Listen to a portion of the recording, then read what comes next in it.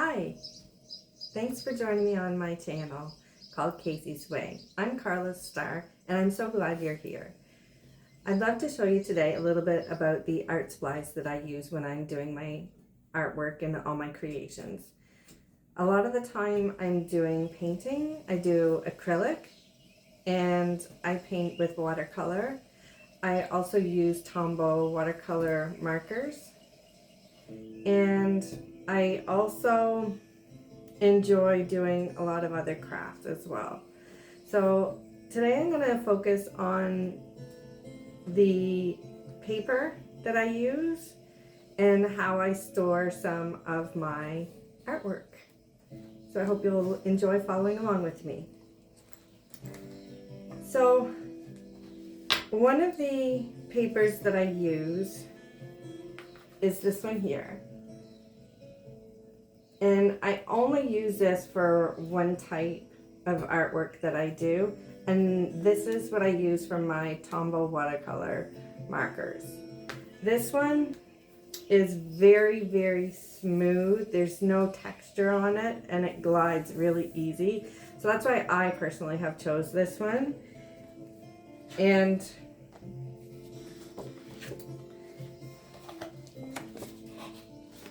I'll show you.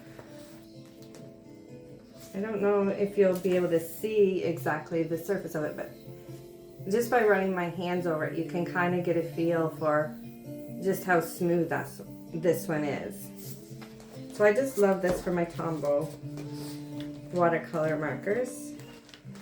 And I just keep mine in this pencil case. And that way when I'm storing them, I leave them laying flat and I can turn them over one way or the other way just to make sure that the paint in them isn't going to be like standing upwards and then they don't work as well. So I feel like they'll just keep a lot longer that way. So I just store them right in here.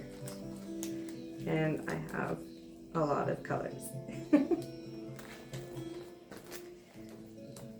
So that's the one that I use for that.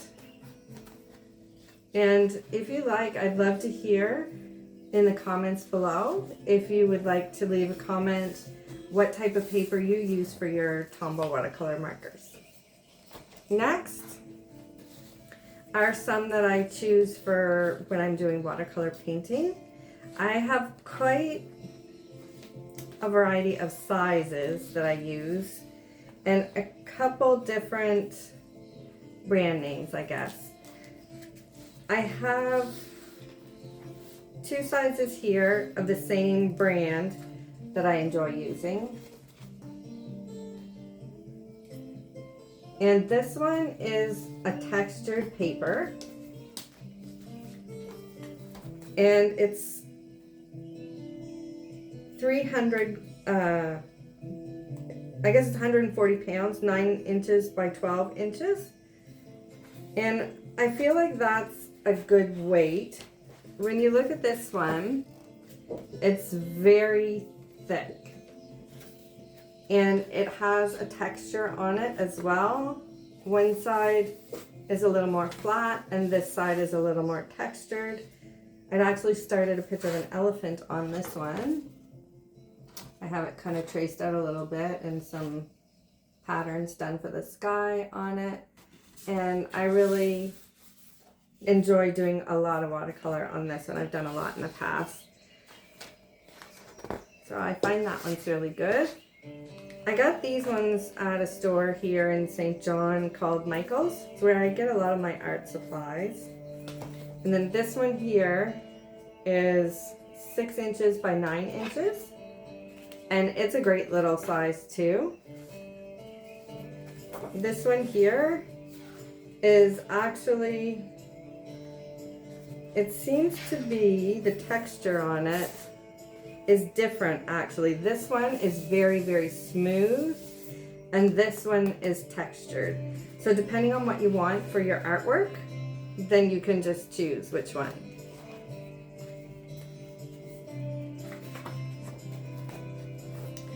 Next, I have this one. It's much larger. I enjoy doing these for pictures that are large, obviously. This one is 11 inches by 14 inches, and it's 300 G. I'm not sure what it stands for, G. I'll have to look that up. And it says on the top of this one, Series 400 and Superior at the top here. This one I like so much that it's actually empty. But if I remember right, this one was also, it wasn't one that was really really smooth. It was textured. This one is acid-free heavyweight for finished artwork, wet and dry media. So this is another real good one. If you haven't tried it, you could try that one. And lately, I've tried this one, and I really like it. Canson Watercolor, cold press, heavyweight paper, 9 by 12 inch. This one's 140 pounds, 300 G.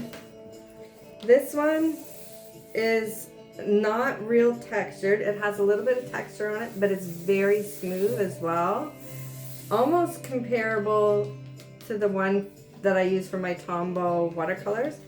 But the Tombow watercolors, I really stick to the one specifically for the markers because you don't want to ruin the felt tip ends on them. So this one here is a great choice for watercolor as well. Lastly, I just like to share how I store some of my artwork. I used to do a lot of acrylic painting, and I got to the point where I had so many canvases that I had filled up my art room, and I just wasn't sure what to do with all the paintings. I did sell a few, so that helped me a lot, but I decided to focus on doing some watercolor painting, and that way I could store all my beautiful artwork in a portfolio. So that's what I chose to do. I picked out a couple different size portfolios, and I just store them right in here when I get them done, and that way I can go back and look at them and see all the different ideas, see how I'm improving, things like that. So this one here I had brought to an art show, and so I had put little cue cards in it with little write-ups about the art pieces. For instance, this one here,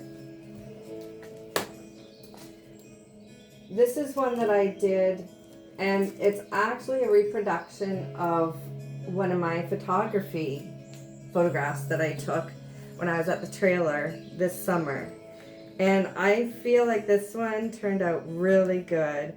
I was proud because of my achievement in making the leaves look real and the rocks especially, to get the three-dimensional aspect of it and proportions and things like that. So I really, really like how that one turned out. This one is one I did quite a few years ago, and it is also a reproduction of one of my photography photographs. You can check out my photography on my page called Through Casey's Eyes. You can check that out. So this is a sea urchin in the rocks and sea glass, and that was a trip that I took to St. Andrews with my parents and my husband one year. And so I did a reproduction of that, so it's a really great memory of that day. And so you just slide them in the top, and each page is black, so it's a nice background. This next one is a really cool one I did just recently, and I'm really proud of it. I did it in boxes because it's goes in stages. It's the life of a caterpillar to a butterfly, a monarch.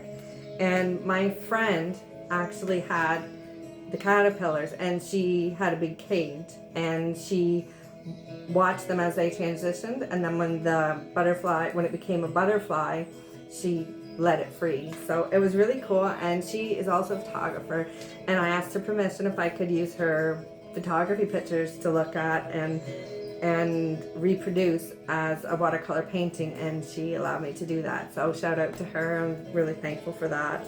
So these are my pictures.